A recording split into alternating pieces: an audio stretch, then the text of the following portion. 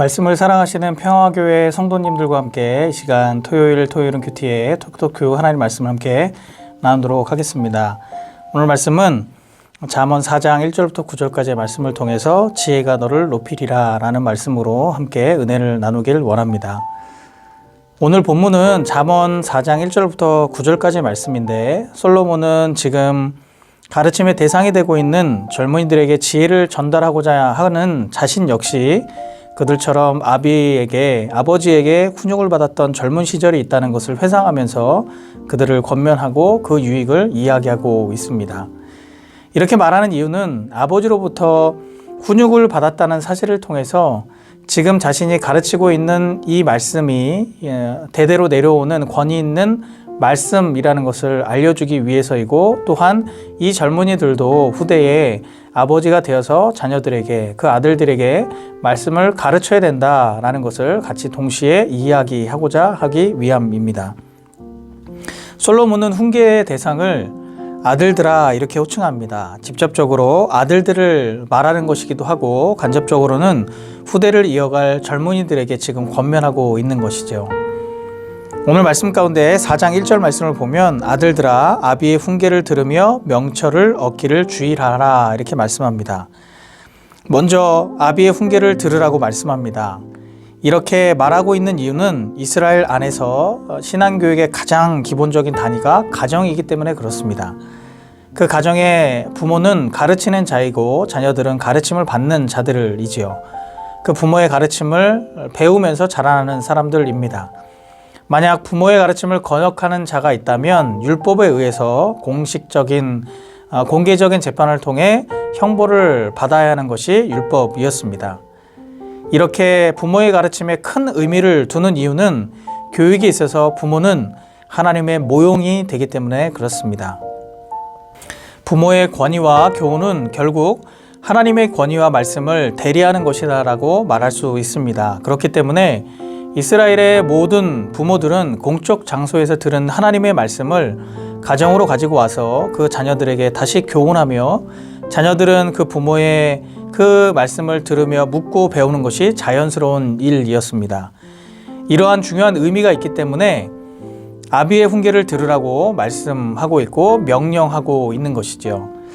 아비의 훈계를 듣는 것은 선택사항이 아니라 반드시 지켜야 할 필수 사항이라는 것을 말씀하고 있는 것입니다.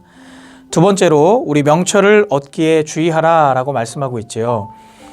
명철의 의미는 어떤 것에 대한 깊은 통찰을 의미합니다. 그 통찰력을 가진다는 것이죠. 특별히 성경에서 말하는 통찰력의 특징은 선악을 구별할 수 있는 능력이며, 이것이 곧 지혜의 기본 골격임을 말하고 있습니다. 솔로몬은 군사력, 정치력, 외교력, 또 경제력, 이런 것들을 이해하기 이전에 먼저 하나님 앞에서 선과 악이 무엇인지 구별할 수 있는 능력을 갖춰야 된다고 이야기하고 있습니다. 왜냐하면 하나님의 기준은 군사력이나 경제력이나 정치력이나 외교력에 있지 않고 하나님 앞에서 바른 기준, 즉 선악을 구별할 수 있는 삶을 사는가 그렇지 않아야 한가를 하나님이 보시기 때문에 그렇습니다. 솔로몬은 아들과 젊은이들에게 세상을 살아갈 때의 그 처세술이나 아니면 노하우를 이야기하는 것이 아닙니다. 잠언은 그 잠언을 통해서 어떻게 출세해야 되는지도 말하려고 하는 것이 아니지요. 정말 말하고 싶은 것은 어떻게 하나님 앞에서 살 것인가, 어떻게 선과 악을 구별하며 살아갈 것인가를 말하는 것이, 그것이 바로 명철이라고 고백하고 있는 것입니다. 이렇게 젊은이에게 지혜를 말하는 솔로몬 자신도 역시 가정에서 부모를 통해서 젊을 때에 가르침을 받았다라는 것을 3절, 4절에서 고백하고 있지요. 아버지인 다윗은 아들인 솔로몬에게 5절, 6절 말씀에 이렇게 말합니다. 지혜를 얻으며 명철을 얻으라. 내 입의 말을 잊지 말며 어기지 말라. 지혜를 버리지 말라. 그가 너를 보호하리라. 그를 사랑하라. 그가 너를 지키리라. 이렇게 다윗은 솔로몬에게 지혜를 얻으며 지혜를 버리지 말라라고 이야기를 합니다. 그 이유가 무엇이겠습니까? 그 이유가 바로 7절에 등장하는데요. 7절 말씀에 보니까 지혜가 제일이니 지혜를 얻으라. 내가 얻은 모든 것을 가지고 명철을 얻을지니라. 무엇입니까? 지혜가 제일이기 때문에 그렇습니다. 지혜가 최고이기 때문에 그렇다는 것이죠. 여러 가지 중에 한 가지가 아니라 지혜밖에 없다는 것을 지금 말하고 있습니다. 그래서 지혜를 얻기 위해서는 모든 것을 팔아서라도 그 지혜를 얻어야 된다라고 말씀하고 있는 것이죠.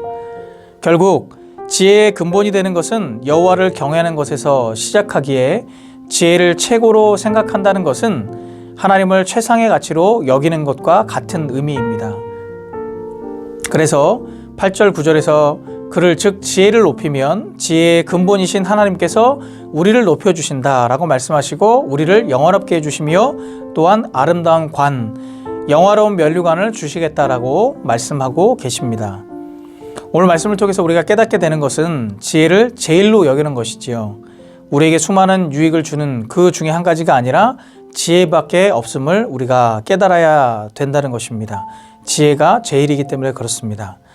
우리 삶에서 지혜는 곧 여호와를 경외하는 것이기에 우리 주님을 최상의 가치로 여기고 주님이 우리 가운데 여호와를 경외하는 것이 우리 가운데 우리 인생 가운데 제일이 되어지는 귀한 은혜가 있기를 간절히 소망합니다.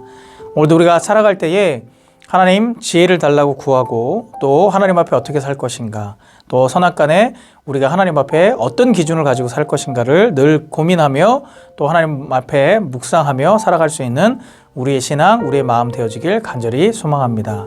함께 기도하겠습니다. 하나님 아버지 감사합니다. 하나님 지혜가 여호와를 경외하는 것이라고 그 시작점에 우리가 있음을 기억하고 하나님 앞에 어떻게 살 것인가 또한 우리가 선과 악에 대해서 어떤 기준을 가지며 살 것인가 세상 사람들은 이것이 다 선이라고 말하지만 하나님께서 그것이 악이라고 말씀하실 때 우리가 그것을 끊어내고 하나님 말씀 편에 서서 그것이 악이라고 말하고 순종하지 않고 오히려 하나님 앞에 선을 행하는 귀한 삶을 사는 것이 명철이요 지혜임을 기억하고 늘 날마다 주님 앞에 살아갈 수 있는 은혜가 있게 도와주시고 세상에 지혜밖에 없음을 기억하며 주님 앞에 늘 제일 되는 지혜를 소망하고 말씀에서 하나님 그 지혜를 얻으며 소망하며 살아갈 수 있도록 축복하여 주옵소서. 우리 가정들 가운데 자녀들 가운데 우리 부모에게 얻은 그 지혜 대대로 하나님 앞에 주를 경외하는 그 지혜가 흘러갈 수 있도록 각 가정들을 축복해 주시길 간절히 원합니다. 하나님 함께하여 주옵소서. 예수님의 이름으로 기도합니다. 아멘.